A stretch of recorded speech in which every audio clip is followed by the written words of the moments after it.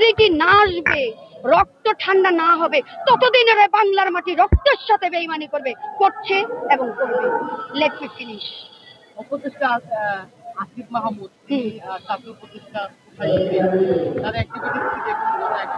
আমি আসিফ মাহমুদ সজীব ভুইয়ার কোনো অ্যাক্টিভিটি দেখছি না, কারণ আমার সাথে এই তোমার প্রেস ক্লাবে ব্রিফিং হয়েছিল ট্রাফিকের, ওখানে আমার ছবিও আছে ওর অনেক, ওর সাথে দাঁড়িয়ে ওর কাছে আমি নাম্বার চেয়েছি, সে আমাকে নাম্বার দিয়ে অ্যাভয়েড করেছে।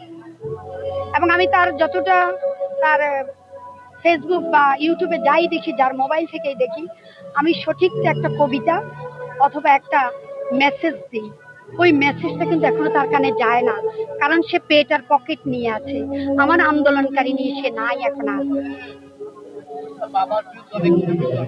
ওর বাবা তো আওয়ামী লীগের কুত্তা।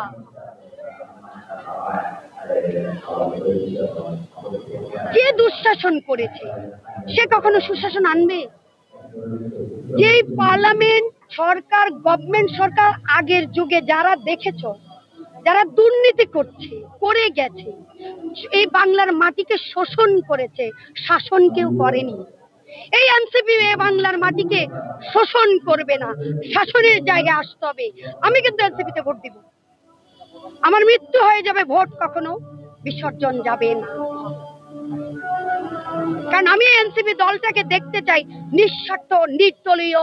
যে স্লোগানটা আসছে জনতা না ক্ষমতা, ক্ষমতা ছেড়ে জনতার দ্বারে এসে যারা আন্দোলন করেছে, যারা ট্রাফিকের কাজ করেছে, লুট করেছে টাকা, ত্রাণের টাকা, যারা জনগণের টাকায় হাত দিয়েছে, ওদেরকে চিহ্নিত করে বাংলার মাটিতে জনগণের সামনে পেশ করো। তাইলে হবে তোমার এনসিপি, জাতীয় নাগরিক পার্টি। নগরতান্ত্রিক যদি হয়, দলতান্ত্রিক যদিও হবে না, নগরতান্ত্রিক যদি হয়, তাহলে তোমার পেটটাকে বাদ দিয়ে, পকেটটাকে বাদ দিয়ে নিঃস্বার্থভাবে, নির্দলীয়ভাবে এগিয়ে যেতে হবে। তাহলে এনসিপির ভবিষ্যৎ আমি চির দেখি।